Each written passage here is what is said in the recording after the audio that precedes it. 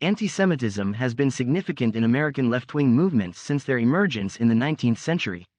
It was, however, much more strident on the far left, in the Communist Party, among Trotskyites, and in the New Left of the late 1960s and early 1970s. In recent decades, antisemitism has penetrated the liberal mainstream and has become normalized within the principal moderate socialist organization, the Democratic Socialists of America. Foundations. The left's view of Jews and its understanding of antisemitism can be traced back to 19th-century Marxist and anarchist paradigms. Karl Marx and the leading theoreticians of anarchism, Pierre-Joseph Proudhon and Mikhail Bakunin, depicted Judaism as nakedly materialistic and antisocial. Describing the Jew as an unscrupulous moneylender and petty traitor in his essay, On the Jewish Question, Marx, 1844, claimed that huckstering was the Jews' worldly religion. Drawing on the Christian stereotype of the Jew as obsessed with financial gain and lacking compassion, Marx maintained that money is the jealous god of Israel, in face of which no other god may exist. The Jews were amassed in a dying social class, the petty bourgeoisie, relying increasingly on illicit methods to extract profits. Petty bourgeois, to this day, remains one of the most vicious epithets in the Marxist lexicon. Norwood, 2013. Marx wrote little about the Jewish question after the 1840s, though when he referred to Jews in private correspondence his tenor was almost always negative. Lacker, 2006, page 24. The founders of modern anarchism were just as contemptuous of Jews as Marx was. To Proudhon, the Jew by temperament was a non-producer, always fraudulent and parasitic. Bakunin similarly referred to Jews as an exploiting sect, a bloodsucking people. Wistrich, 2012, pp. 46, 186. Wistrich further noted that Proudhon's diary contained antisemitic statements that were even more inflammatory, anticipating those of the Nazis, such as, "The Jew is the enemy of the human race," and "The Jew poisons everything." Wistrich, 2012, pp. 185 to 186. Bakunin was surely aware that people would associate the term bloodsucking with the medieval blood libel, that Jews kidnapped and murdered Christian children to extract their blood to mix with the matzah at Passover. The emergence of modern Zionism as an organized international movement in the 1890s precipitated new, equally vicious forms of anti-Semitic defamation. In the 1920s, branding Zionism counter-revolutionary, the Soviet government waged a concerted campaign to crush it within its territory and exiled thousands of Zionists to Siberian forced labor camps. Norwood, 2013. While respecting the nationalist aspirations of other ethnic and racial groups, it pressed Jews to assimilate.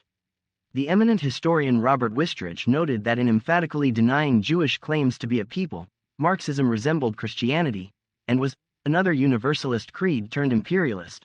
Wistrich, 1976, page 10. Islamic pogroms, communist support. The American Communist Party, CP, often expressed intense loathing of Zionism, using anti-Semitic terminology, and conflated Zionism with fascism. On several occasions, it justified Muslim pogroms against Jews in Palestine and North Africa. In the early 20th century, as the US became the world's leading economic power, communists increasingly conceived of Jews as plutocrats and Zionism as an imperialist menace. When Islamic pogroms broke out across Palestine in 1929, sparked by the anti-Semitic harangues of the Grand Mufti and other Muslim clerics, the CP cast the Arab pogromists as peasants fighting a class war against British imperialists and Zionists as land robbers.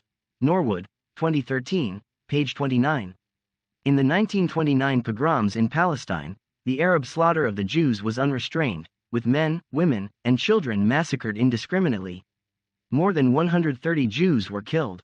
Jews were beheaded, castrated, and had their eyes gouged out. Women were raped, and synagogues desecrated. Auerbach, 2009. The CP newspaper dismissed reports of these well-documented atrocities as Zionist fabrications. It went so far as to publish a cartoon invoking the Christian deicide accusation, depicting a huge cross with a Star of David on top of the vertical bar and, for Arabs, on the horizontal bar. Norwood, 2013.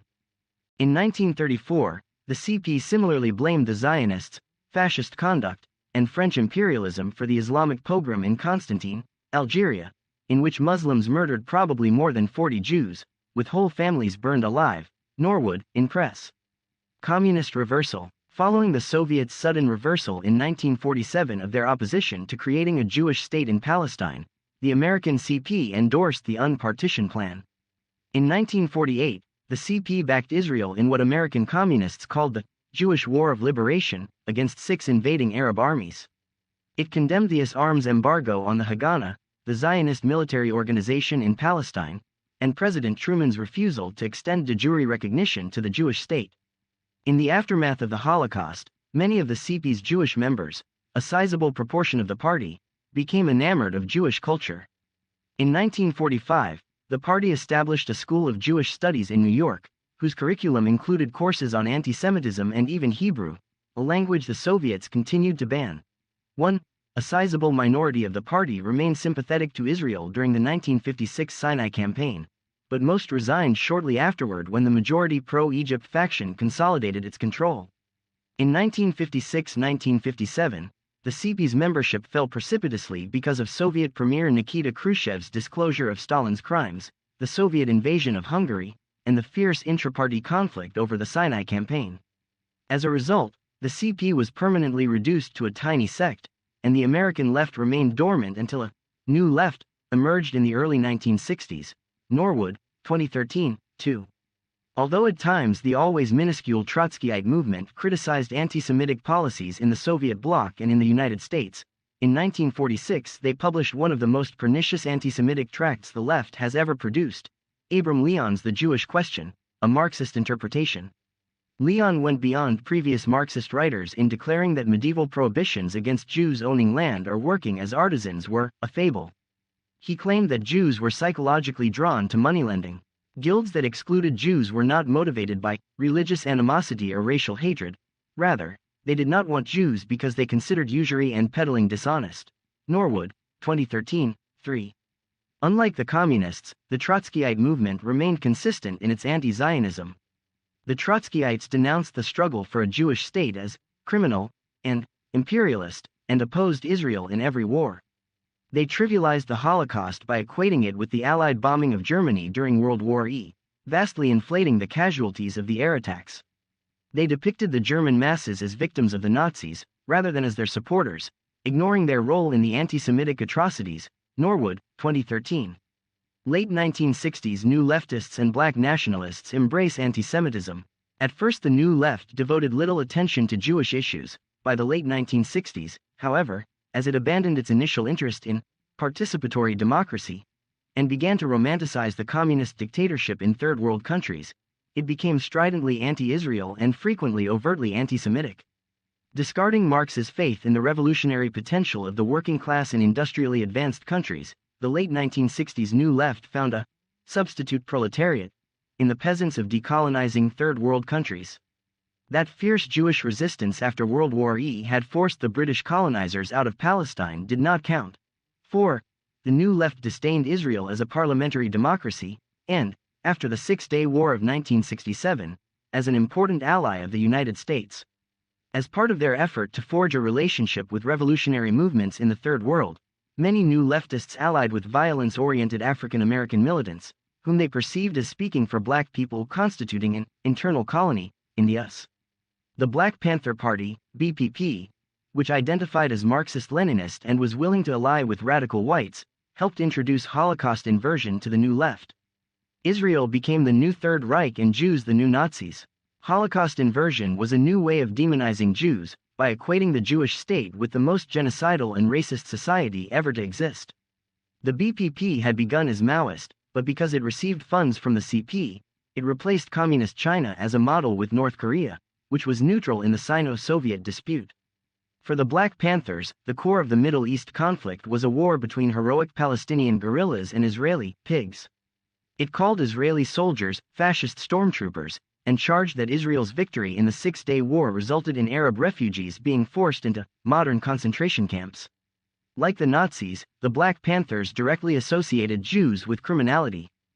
They denounced Jews who operated businesses in African American neighborhoods as bandit merchants, and denied any Jewish claim to Israel except by robbers' right. Norwood, 2013. Since the late 1960s, the American far left has increasingly demonized Israel by recycling the shibboleths of the far right, so that the anti-Semitic vitriol from both extremes of the political spectrum has become virtually indistinguishable. In 1955, the American Jewish Committee commented that the Arab nations did not need to circulate anti-Zionist hate literature on a wide scale in the East because they could count on the American far right to do it for them. For example, Gerald L. K.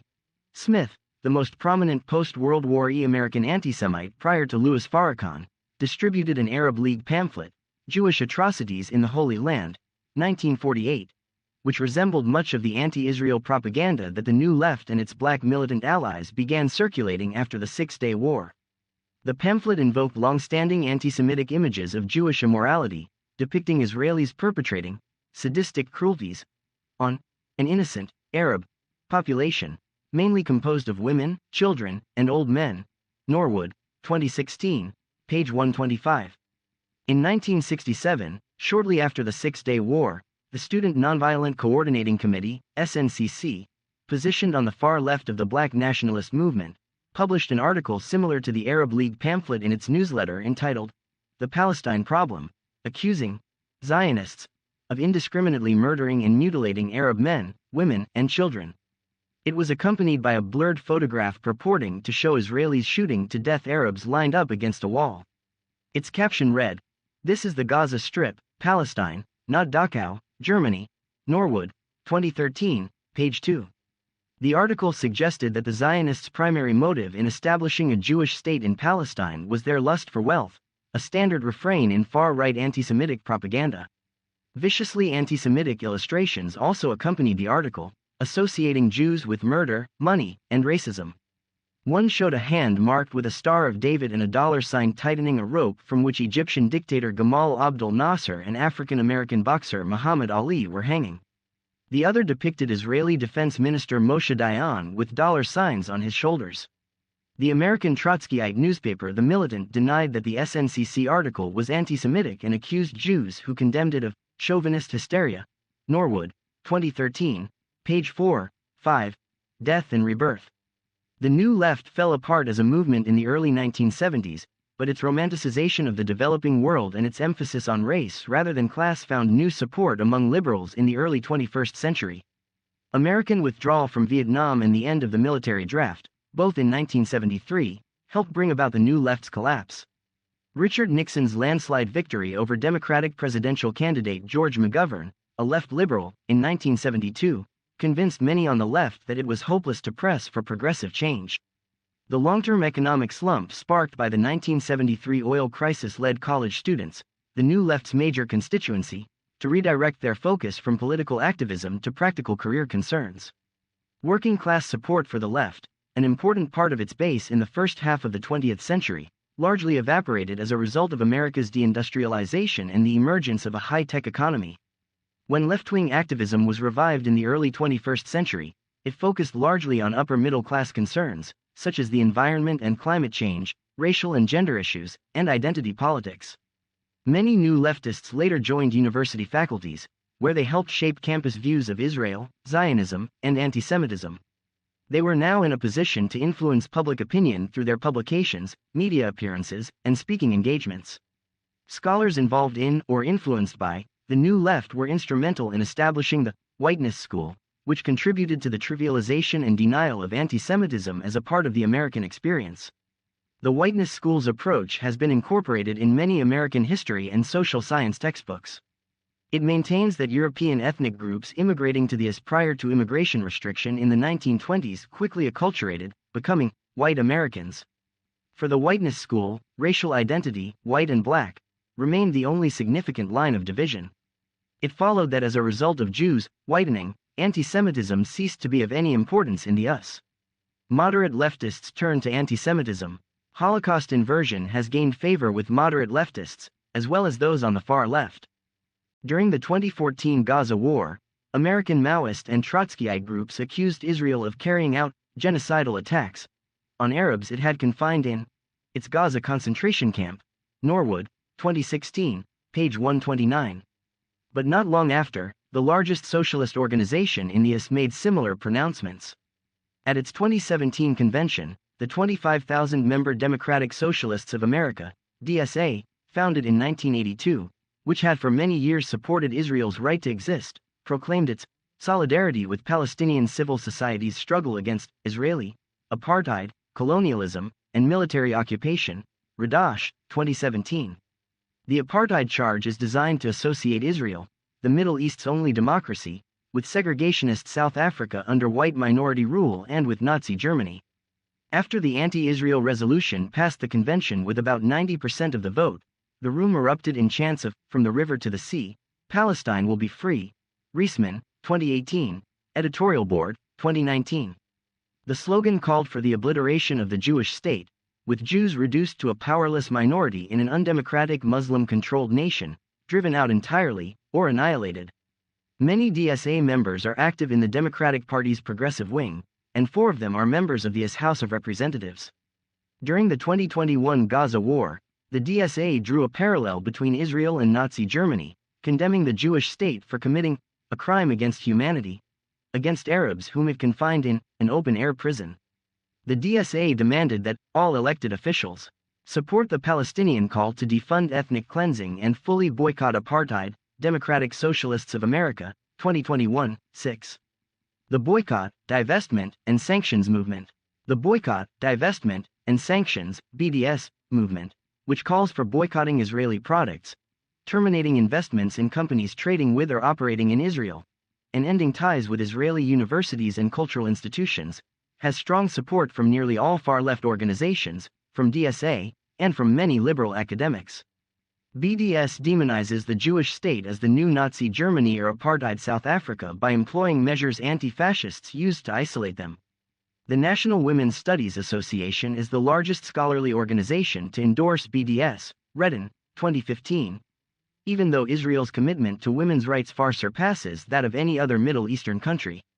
In addition, the American Studies Association membership voted to boycott Israeli universities, Redden, 2013. Left-wing contingents regularly introduce pro-BDS resolutions at the annual conventions of other scholarly associations, which sometimes receive substantial support, Redden, 2016.